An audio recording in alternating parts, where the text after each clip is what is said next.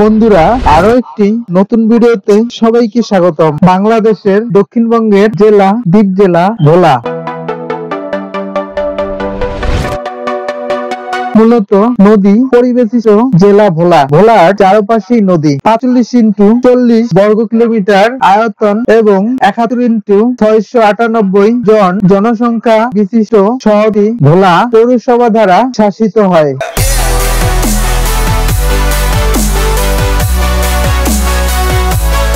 জেলার দক্ষিণে বিশাল জলরাশির বঙ্গোপসাগর অবস্থিত। পূর্ব দিকে মেঘনা নদী ও ভোলা জেলার অন্তর্গত মনপুরা দ্বীপ বা থানা ও নোয়াখালী জেলা অবস্থিত।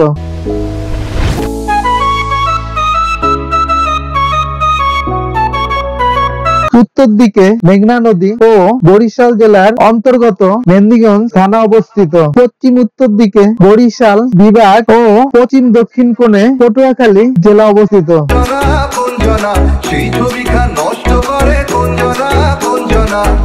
এই রাস্তা ধরে চট্টগ্রাম, কক্সবাজার, ফেনী, কুমিল্লা, নোয়াখালী, হানচর, চাতুর, ভোলার, ইলিশা, পাবনা ইউনিয়নের এবং ভোলার শহরের কিছু কিছু মানুষ বরিশাল, খুলনা, ফরিদপুর, বেনাপোল, পটুয়াখালী, শরণখোলা, সুন্দরবন ইত্যাদি জায়গার মানুষ যাতায়াত বা চলাচল করে এই রাস্তায়।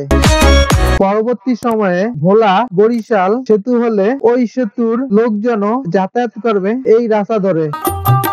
রাস্তার দুপাশের সুন্দর দৃশ্য দেখতে দেখতে চলে আসলাম ভেদুরিয়া ফেরিঘাট। ভোলা এমনিতেই সুন্দর, দ্বীপ জেলা হলে কি হবে, অনেক সুন্দর জেলা ভোলা।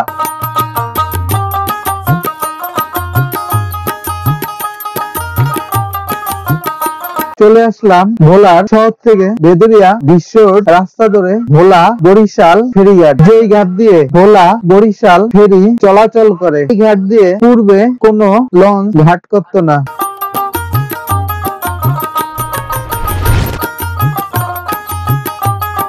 এখন ভেদুরিয়া টু বরিশাল, বরিশাল টু ভেদুরিয়া আসা যাওয়ার পথেই ঘাট করে থাকে এই ফেরিঘাটের দক্ষিণ পাশে পল্টনবিহীন তেতুলিয়া নদীর পারে।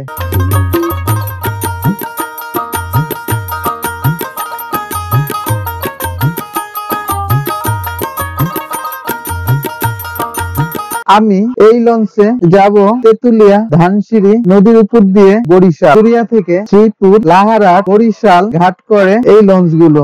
ভেদুরিয়া থেকে লাহারাট লঞ্চ ভাড়া জনপ্রতি 80 টাকা করে।